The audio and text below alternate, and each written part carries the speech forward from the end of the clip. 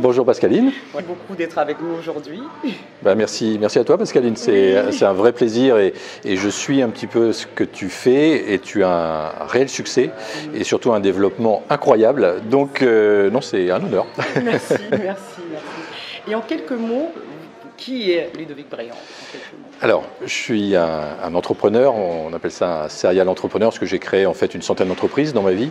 Donc j'ai tout connu de l'entrepreneuriat, j'ai connu des hauts, j'ai introduit une entreprise en bourse, je l'ai revendue à une banque, je suis devenu un des plus jeunes entrepreneurs de France à faire fortune.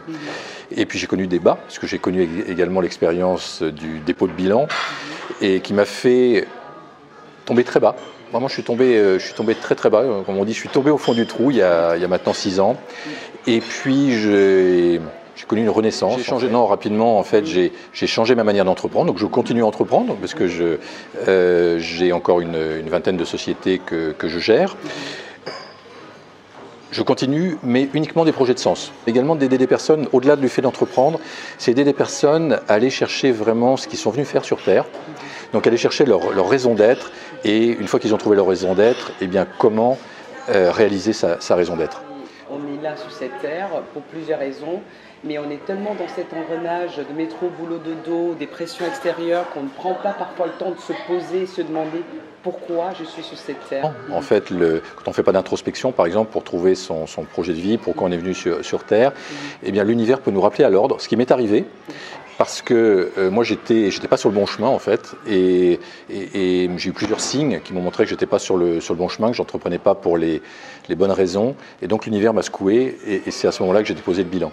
Donc, alors aujourd'hui, je peux dire que c'est un mal pour un bien, mais j'encourage plutôt les personnes à se poser la question avant de connaître une épreuve comme ça, parce que pour certaines personnes, c'est un dépôt de bilan, mais une autre personne, ça sera un burn-out, ça sera un licenciement, ça sera une maladie grave, ça sera une séparation. Donc évitons ça, et pour éviter ça, l'idéal, c'est de prendre du temps pour soi. En effet, beaucoup de questions qu'on peut se poser. Une des questions, par exemple, moi, que je me suis posée à ce moment-là, c'est à quel moment j'avais des instants de pur bonheur dans mes activités, professionnelles ou personnelles.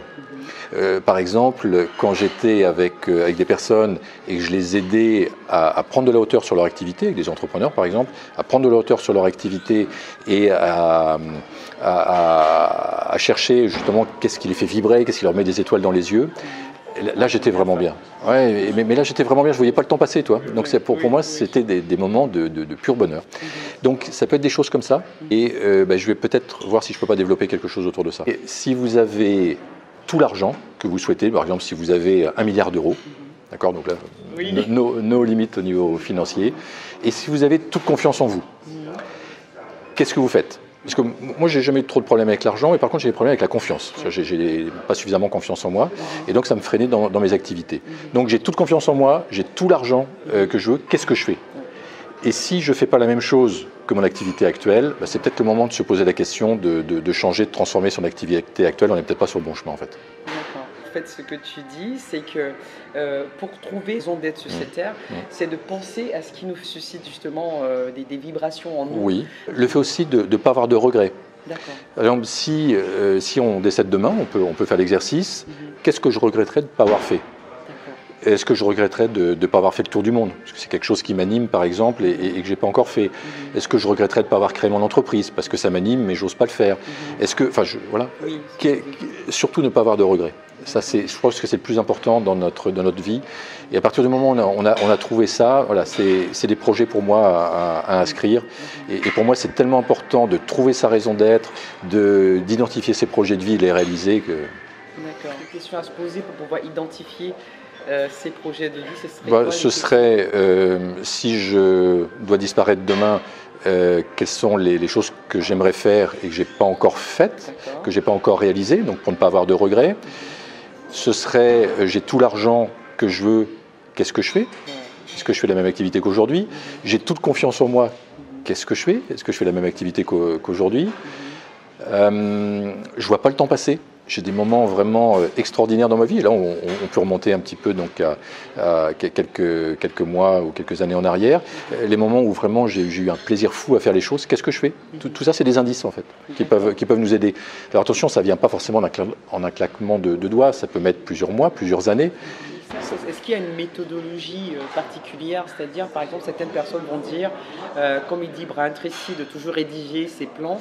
Est-ce qu'on considérerait en fait, ou est-ce qu'on traiterait ce projet de plan de vie en mettant des étapes, hein, Alors, ça c'est une très bonne question. Oui. Alors moi je suis plutôt partisan, maintenant hein, avec le recul, plutôt partisan de me fixer des buts, en effet des buts de vie, un but ambitieux, de ne pas trop planifier les étapes, de ne pas trop être figé en fait sur les étapes, parce qu'il faut laisser la vie en fait faire son œuvre. Avoir des projets, mais ne pas être trop rigoureux en quelque sorte par rapport au plan. On s'est dit non, il faut que j'ai ça. C'est laisser un espace en fait pour la spontanéité. Exactement. Fait, finalement. Aux signes, aux synchronicités, aux belles rencontres qu'on peut avoir. Et voilà, ça c'est la vie, oui. On va laisser de la place. Ouais. En revanche, avoir des buts précis, des buts de vie, des projets, ça oui, je pense que c'est important. Oui, mais parfois, il y a des personnes qui n'arrivent pas à savoir quels sont leurs projets parce que on a parfois des moments où on a tellement de choses qui nous font vibrer, où on a plusieurs talents dans plusieurs choses. Là, il y a un dilemme. C'est une bonne question. Alors là, il y a plusieurs questions dans ce que tu dis. Oui. Il y a la question des talents. Oui. Donc oui, c'est vraiment important d'aller chercher ces talents. Qu'est-ce qui fait notre différence? Qu'est-ce qui fait notre singularité? Oui. Toi, tu as des talents de communication incroyables, de mise en scène et tout. Et ouais, mais ça, c'est un talent incroyable. Donc, et ça, il faut en faire bénéficier le reste du monde. C'est top. Moi, j'ai un talent pour créer des projets entrepreneuriaux. J'adore ça. Ça me fait vibrer. Ça me met des étoiles dans les yeux. Là, par exemple, on va créer une application pour mobile qui va s'appeler Entrepreneur Z pour aider les entrepreneurs. Voilà, tout ça, ça me plaît, toi, d'initier et développer des projets. Mais chacun, on a un talent différent, un don particulier. Donc ça, c'est en effet important à aller chercher. Maintenant, par rapport à ta question, je veux faire plein de choses. Et comment je fais? D'abord, on peut faire plein de choses. C'est pas, c'est pas. Alors toi, si je reviens à mon expérience, bon, je suis un entrepreneur d'un côté. On a des hôtels, on a de l'immobilier, on a des choses comme ça.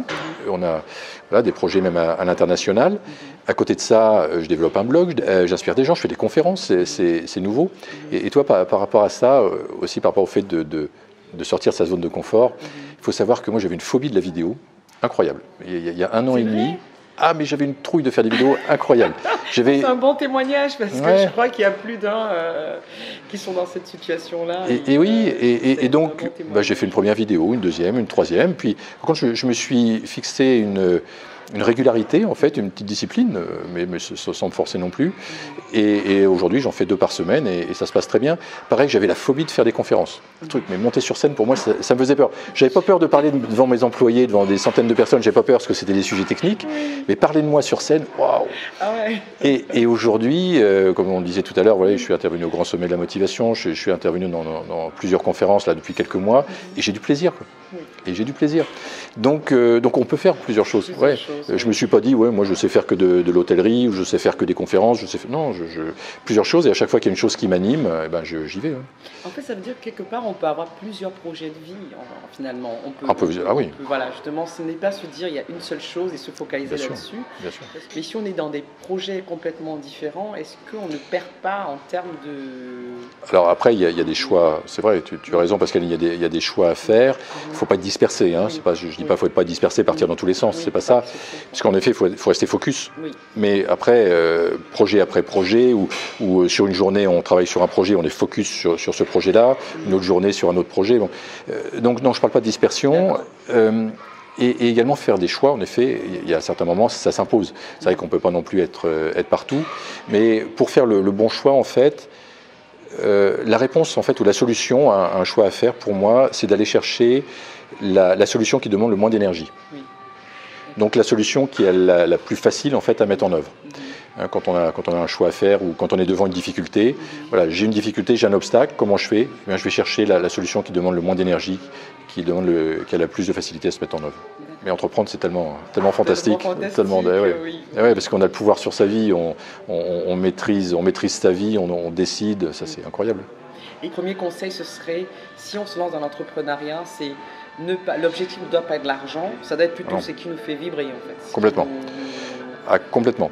Ce qui va dire les factures, comment ils font. Quand on est sur des choses pour lesquelles on est passionné, eh bien l'argent suit. d'abord, c'est de démarrer. C'est surtout pas, quand on veut se lancer dans l'entrepreneuriat, c'est surtout pas attendre d'être parfait, surtout pas attendre de tout savoir. Non, l'idée, c'est de se lancer le plus rapidement possible avec les éléments qu'on a. Et ensuite, bien sûr, on va corriger le tir. Bien sûr, il y aura des obstacles, bien sûr, il y aura des difficultés, mais ça fait partie de la vie, c'est un challenge. Et petit à petit, donc, on lève les obstacles et on avance. Donc, le plus important, c'est de faire le premier pas, en fait.